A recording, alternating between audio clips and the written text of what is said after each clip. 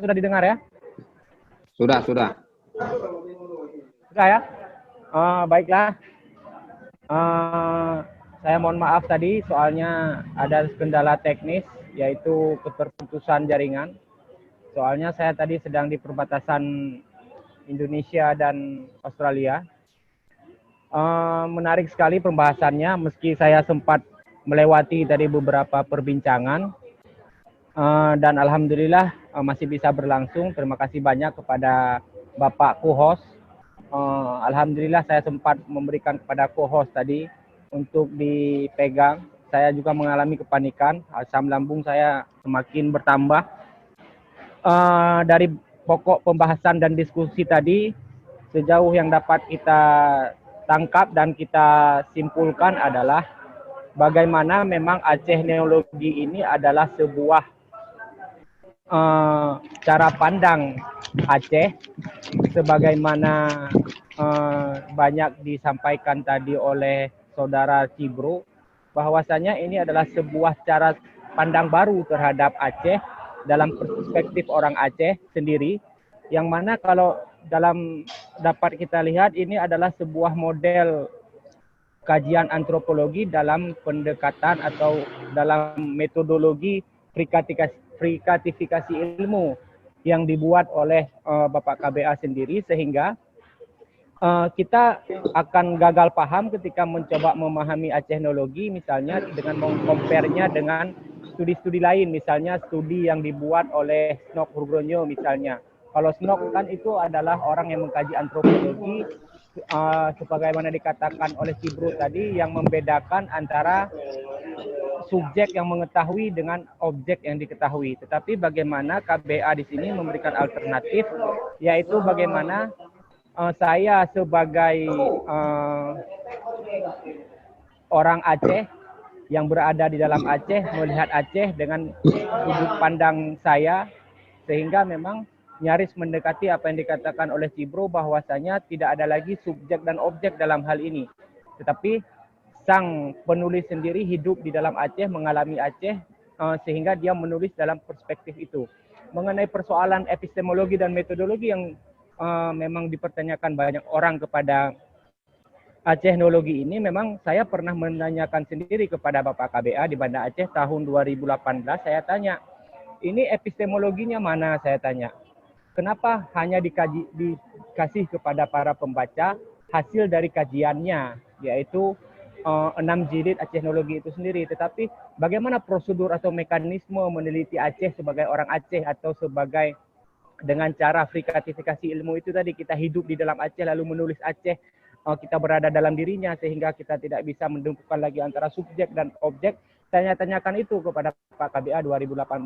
Dan pada pertemuan beliau pada 2019, beliau mengatakan sedang dipersiapkan sebuah studi epistemologi khusus bagaimana orang lain juga dapat mengkaji Aceh sebagaimana dibuat oleh Bapak KBA sendiri. Itu janji beliau di 2019, mungkin 2010, tapi belum kita lihat akan ada ancang-ancang untuk menerbitkan itu, atau mungkin sudah selesai atau bagaimana, itu bisa kita tanyakan langsung kepada Bapak KBA nantinya.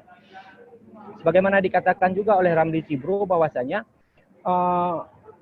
walaupun itu adalah kita bisa katakan fokusnya frikatifikasi, saya hidup dalam Aceh lalu menulis tentang Aceh, namun memang tidak bisa dihindari sebagaimana banyak di bagian dalam Acehnologi dikatakan bahwasanya ilmu ini ditopang oleh banyak ilmuwan yang lain, dan itu adalah biasa dalam sebuah studi keilmuan. Tidak ada ilmu yang tiba-tiba hadir sendiri, langsung dia itu berbicara dengan dirinya sendiri. Tetapi sebagaimana dikatakan Newton, kita berdiri di bahu raksasa.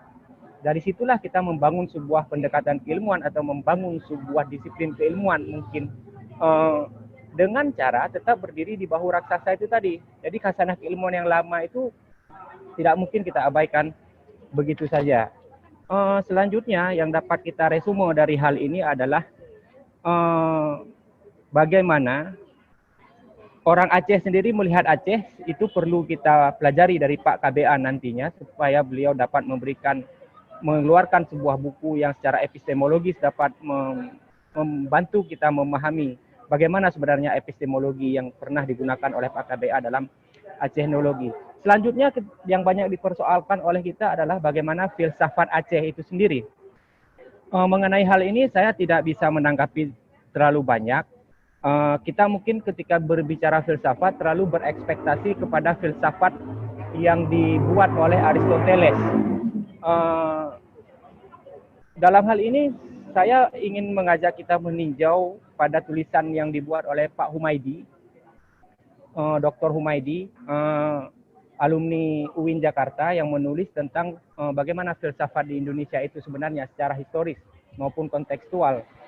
Filsafat di Indonesia itu yang lebih menonjol adalah filsafat neoplatonisnya, kata beliau. Sehingga ide-ide dalam perspektif paradigma neoplatonis itu yang hidup di Indonesia. Misalnya seperti yang diajarkan oleh Syekh Burhanpuri, yang dikaji lagi oleh Ibrahim Qurani, yang diajarkan oleh Hamzah Fansuri, yang mana Hamzah Fansuri mengambil inspirasi yang banyak dari Ibnu Arabi, yang mana Ibnu Arabi itu adalah sangat neoplatonik orangnya.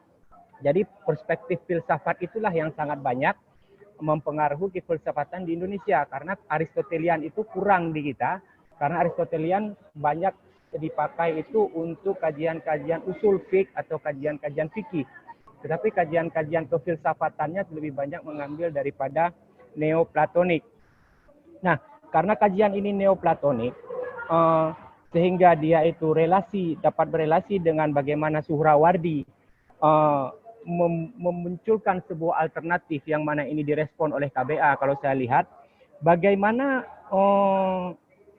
frikatifikasi ilmu ini dilahirkan, ini hampir sama seperti yang dikatakan oleh Suhrawardi, adalah karena berangkat dari problem masalah definisi. Definisi ini bermasalah karena memang, kata Suhrawardi, kalau kita ingin menjelaskan sesuatu kepada orang hanya dengan cara mendefinisikan, yaitu menemukan genus terdekat dan seterusnya, sebagaimana sistem ta'rif dalam ilmu mantik, ini tidak bisa menghantarkan kita bagaimana memahami ilmu sebagaimana sebenarnya dia. Ilmu bima huwa itu akan bermasalah bagi kita, akan terlalu terlimitasi bila kita mengedepankan definisi, meskipun banyak orang menuntut definisi. Alternatifnya apa? Alternatifnya adalah kita melihat langsung. Melihat langsung inilah kita mengalami, menghidupi hidup di dalam. Dan saya kira perspektif inilah yang dipakai oleh KBA dalam menyelesaikan persoalan definisi ini tadi. Walaupun seperti dikatakan oleh Pak Zulfikar Pohan, kita bisa terjebak dalam esensialisme. Itu betul memang, karena perspektif esensialisme itu yang awalnya menawarkan esensialisme dalam perspektif Suhrawardian tentunya, yang menawarkan alternatif bagi problem definisi. Sehingga kita selalu berputar pada persoalan Aceh ini apa sebenarnya. Nah, itu persoalannya. Di dalam filsafat juga definisi itu tidak bisa terlalu diveto oleh orang, karena setiap filosof itu punya definisinya sendiri terhadap segala sesuatu. Nah, untuk mengatasi itulah saya kira kita perlu hidup di dalam objek pengetahuan kita menyatu dengan objek pengetahuan sehingga tidak ada lagi subjek dan objek.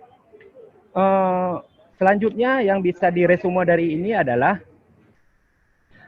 ketika dikatakan banyak orang Aceh sebagaimana kutipan di dalam pernyataan Zulfata tadi, memang persoalannya adalah mempertanyakan siapakah orang Aceh ini tadi. Banyak pihak dari Aceh itu kurang dilibatkan. Itu memang suatu masukan yang memang perlu kita tanggapi bersama. Tetapi kontribusi kita kiranya kalau dalam ingin mengembangkan suatu keilmuan, kita bisa mengkaji ini untuk memperluasnya, karena memang banyak aspek yang tidak tercakupi di dalam Acehnologi ini. Misalnya kurang kelibatannya pantai selatan dalam membentuk suatu budaya, padahal kontribusinya sangat besar, khususnya misalnya dalam pertahanan. Seharusnya pertahanan di pantai selatan Aceh itu bisa menjadi rujukan, karena mereka sudah terbukti bisa menumpas atau menyingkirkan tentara Amerika di pantai selatan. Itu kan masih kurang terperhatikan oleh kita. Kemudian mengenai Islamisasi itu sendiri, apakah dia ada dalam Acehnologi? Saya kira KBA punya metodenya sendiri dalam memahami Islamisasi ilmu, tapi saya curiga prinsip Islamisasi ini ditarik ke al-atas, lalu dari al-atasnya itu ditarik ke dalam perspektif cara pandang Hamzah Fansuri. Ini bagaimana sang KBA itu sendiri memformulasikannya, ini masih perlu kita dalami lagi dan kita tunggu buku yang dijanjikan oleh Pak KBA itu sendiri. Kemudian terakhir yang bisa kita simpulkan dari diskusi ini adalah kita harus paham bagaimana bahwasanya Aceh yang sebagaimana dikatakan Aceh selalu bisa kita lihat Aceh yang dimaksud itu adalah Pak KBA itu sendiri. Kenapa? Ketika dikatakan demikian, selalu itu adalah dalam perspektif frikatifikasi itu tadi, yang mana beliau melihat tidak ada keterpisahan antara subjek dengan objek. Saya kira demikian yang dapat disimpulkan dari. Mohon maaf atas segala kekurangan, apalagi kekurangan saya tadi yang sempat putus jaringan. Saya kira sudah bisa diakhiri. Diskusi selanjutnya bisa kita lakukan dalam kajian-kajian selanjutnya. Mohon maaf sekali lagi, bukan tidak mengindahkan dan segala macam, karena kita juga berbatasan dengan waktu, kita juga perlu terjadinya kestabilan. Tapi tetap nanti ke depan akan kita berikan peluang-peluang lainnya, kita berikan kesempatan lagi untuk berbanyak diskusi yang dimiliki oleh para partisipan. Saya kira demikian Pak Khairil.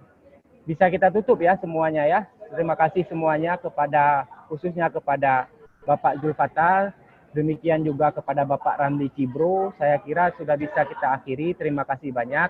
Billahi taufik wal hidayah. Wassalamualaikum warahmatullahi wabarakatuh.